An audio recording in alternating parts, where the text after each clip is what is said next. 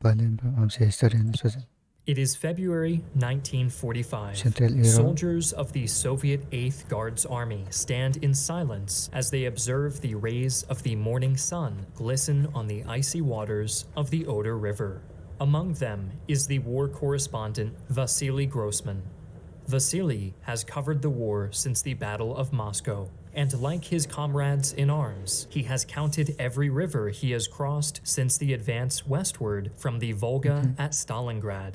Now, after a hellish trek of over 3 years, he stands at the bank of the final river before Berlin. Caught by the emotion of the moment, he writes, Мне захотелось крикнуть, позвать тех братьев-бойцов, что лежат на русской, украинской, белорусской и польской земле, спят вечным сном на поле брани. Товарищи, слышите вы нас? Мы дошли.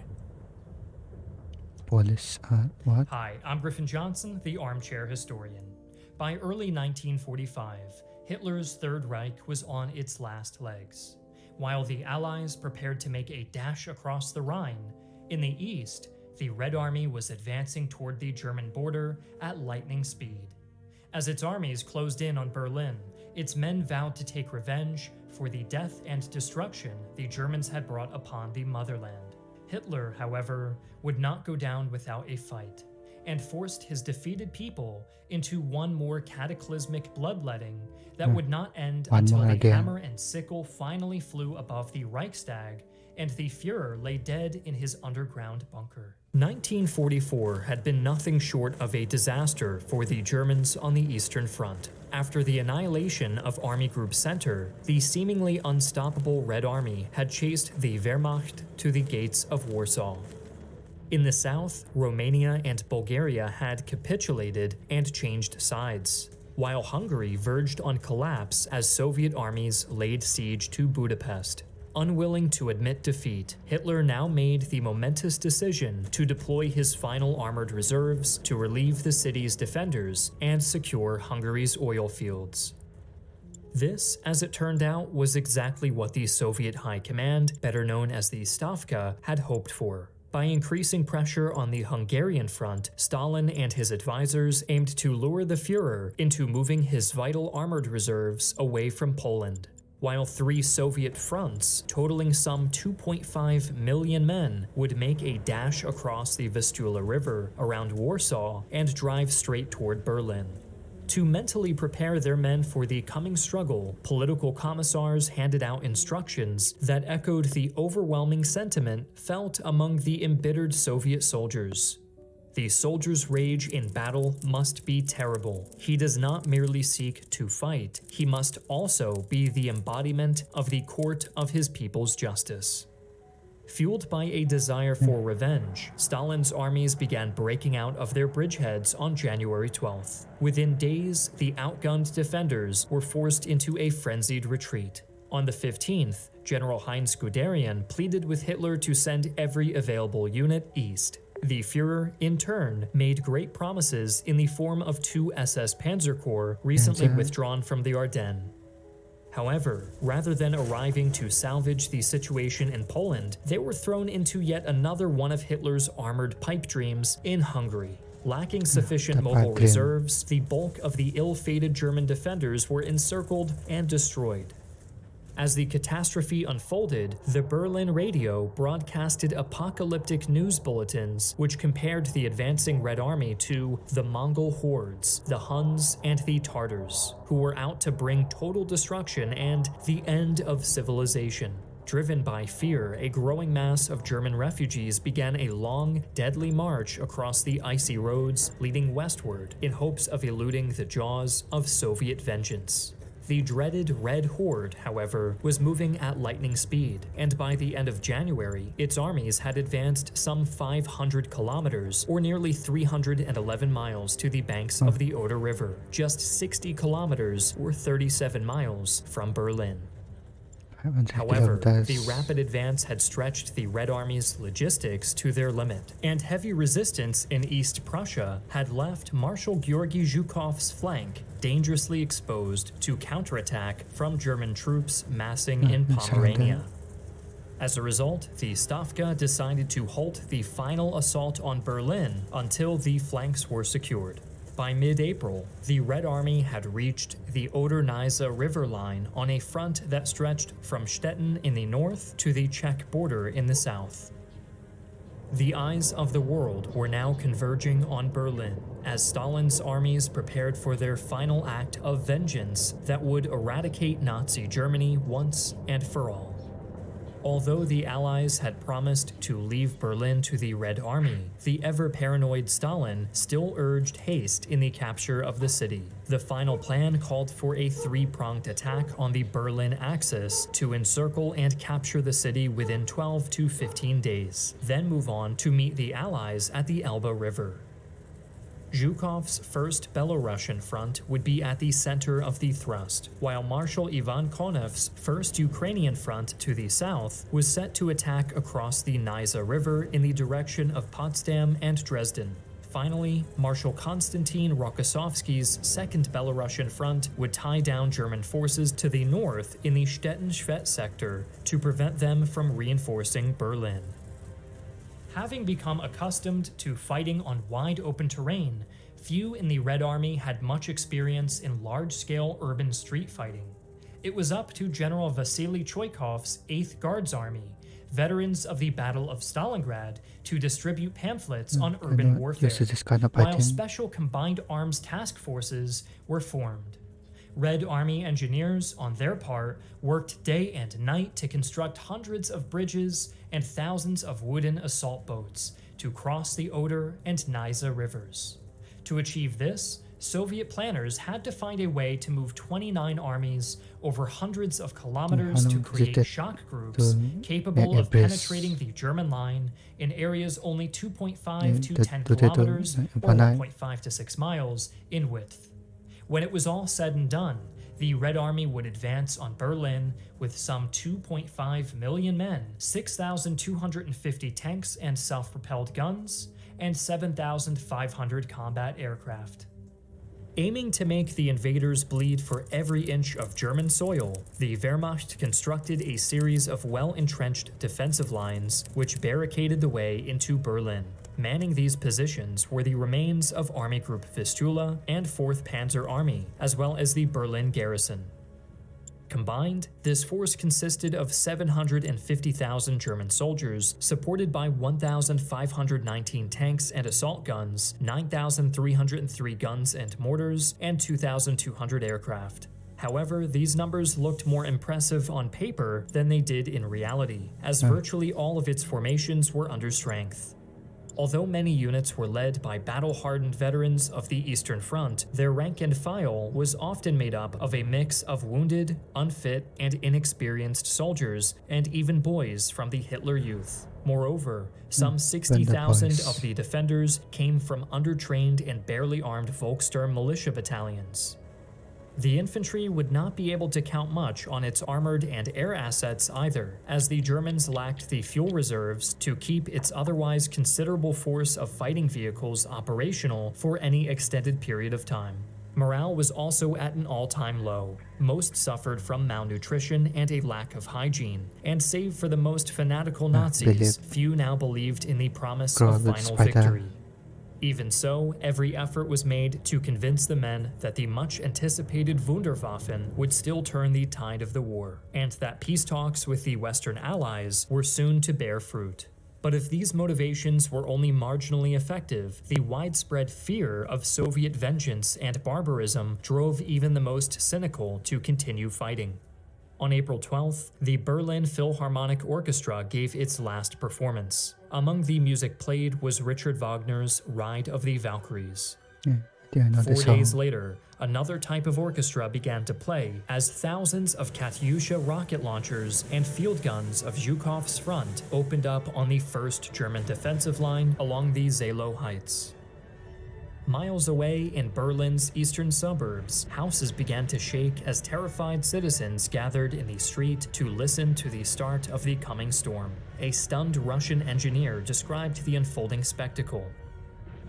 Along the whole length of the horizon, it was bright as daylight. On the German side, everything was covered with smoke and thick foundations of earth in clumps flying up. There were huge flocks of scared birds flying around in the sky, a constant humming, thunder, explosions. We had to cover our ears to prevent our eardrums breaking. As the sound of artillery gradually faded, hundreds of men began shouting, "To Berlin," as tank engines roared and the lead assault elements began advancing toward the heights. Many of the German defenders, unfortunate enough to have been caught in the preceding onslaught, had disappeared in the blink of an eye, while dazed and panic-stricken survivors rushed back toward the second defensive line. However, the awesome bombardment obscured serious problems in Zhukov's plan. The destruction caused by the shelling had been so great in scope that it had severely worsened the condition of the terrain that his men now had to traverse. The searchlights, intended to blind the enemy, instead reflected onto the smoke-filled air and obscured the vision of the advancing infantry. In the resulting chaos, units lost contact with each other as Soviet artillery and aircraft began attacking friendly formations. Worse still, German intelligence had had prior knowledge of the coming offensive, which meant that many of the first-line troops had been evacuated to the safety of the rear. What ensued was nothing less than what a member of the Großdeutschland Guard Regiment described as a slaughterhouse. Countless soldiers were cut down as they struggled to advance across the floodplains and through German minefields. In other sectors too, the attackers were cut down and repulsed as they attempted to cross the Oder. Sensing disaster, an increasingly agitated Zhukov ordered his 2 tank armies to attack at once. However, most of the infantry's artillery and supply vehicles were still trying to make their way to the front, causing the tank armies to become hopelessly stuck in an endless traffic jam. Even when the lead armor finally approached the heights, they found themselves ambushed by concealed 88 gun emplacements, Tiger I tanks, and infantry armed with deadly Panzerfaust recoilless anti-tank launchers.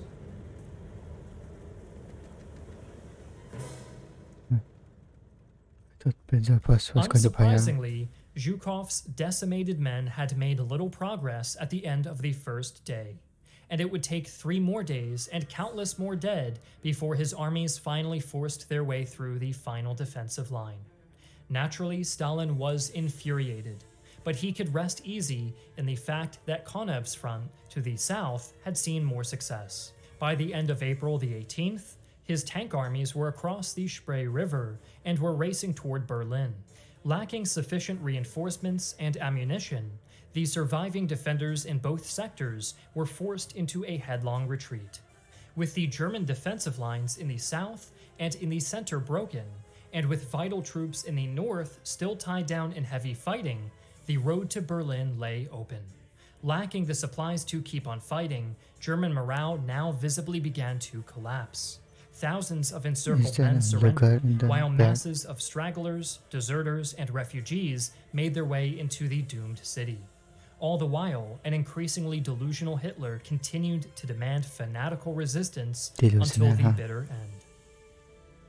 On April 20th, the Führer's birthday was rudely interrupted by Soviet artillery shelling Berlin's northeastern suburbs. As its citizens fled into cellars, Zhukov and Konev's tank armies began a frantic race to the city's outskirts. In the meantime, many senior officials of the Nazi Party engaged in a similar type of competition to be the first one to get permission to flee the city. Soldiers on the ground enjoyed no such privileges, and those who tried to run or displayed signs of cowardice were summarily hanged throughout the city, with messages such as "I was a coward" or "I was a deserter" dangling from their chests. The next morning, Soviet artillery fired a frenzied barrage into Berlin's city center, while the remains of General Helmut Weidling's 56th Panzer Corps of the German 9th Army conducted a desperate withdrawal across Berlin's Autobahn ring, while being mercilessly strafed by Soviet aircraft. Other remnants of the German defense attempted in vain to stop Zhukov's armies from pushing into the city from the southwestern and northern flanks. However, its depleted units could only delay the enemy, and Zhukov and Konev's forces both reached the city's outskirts that evening. Believing himself to be the next Frederick the Great, Hitler remained confident that a massive counterstroke by the newly created Army Detachment Steiner and Ninth Army against Zhukov's flanks would trap the invaders in the city in a ploy similar to what had befallen the Germans at Stalingrad 2 years prior. When it became clear on the following day that Steiner's army detachment lacked sufficient strength and ammunition to attack, the Führer finally cracked and openly admitted for the first time that all was hopelessly lost. With the Soviets breaking into the city, General Weidling was appointed commander of the Berlin defense area. However, by the time Weidling took command, only about 45,000 Wehrmacht and SS troops, just over 40,000 men of the Volkssturm, and a measly 60 fuel-starved tanks were left standing to defend the city against some 1.5 million Soviet troops. Unsurprisingly, Zhukov's armies had managed to push the defenders out of the eastern and southeastern suburbs by the end of the 23rd, while other fronts tightened their grasp around the city's flanks. With inevitable defeat looming on the horizon, many of the defenders began to lay down their arms. Others, however, continued to resist fanatically. At the Tempelhof airport, a mixed group of SS-led German defenders, including some 100 Hitler Youth, wreaked havoc on the attacking Soviet tanks and infantry, who had to resort to massive aerial and artillery bombardment to finally capture the airport a day later. By that time, the encirclement of Berlin had been completed. However, a manic Hitler promised Weidling that yet another massive counteroffensive by General Wenck's 12th Army in the southwest was sure to come to the rescue of the beleaguered defenders. Wenck, however, had no intention on embarking in a futile suicide mission, and instead moved to relieve encircled German troops further to the east.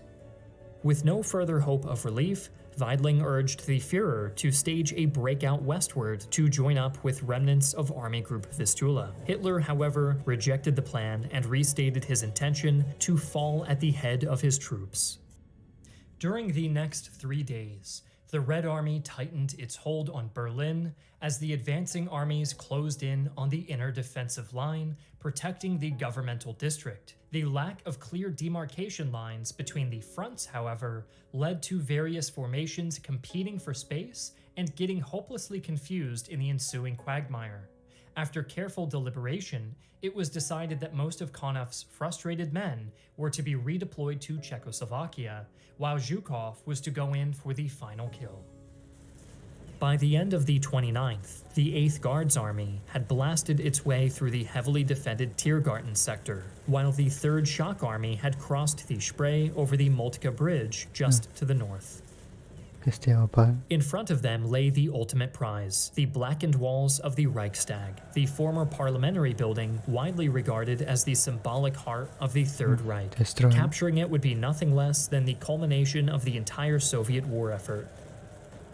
The defense of the building and its surroundings was led by a determined group of mostly foreign SS fighters with little less to lose. In the morning of the following day, Soviet artillery opened fire as a few hundred assault troops rushed forward. After a heavy firefight, the men reached the main entrance and proceeded to clear the building in brutal close-quarters combat. After hours of bitter fighting, the red banner was spotted hanging from the second floor at around 2:30 p.m. But it wouldn't be until late in the evening before a path to the roof had finally been cleared. Two sergeants identified as Mikhail Yegorov and Meliton Kantaria managed to reach the top and hoisted the hammer and sickle on top of the Reichstag, marking the symbolic end of Hitler's Third Reich. As this historic moment unfolded, an even more momentous event occurred barely a kilometer away. With Soviet troops converging on his bunker complex, the embittered Führer knew that he had reached the end of the line.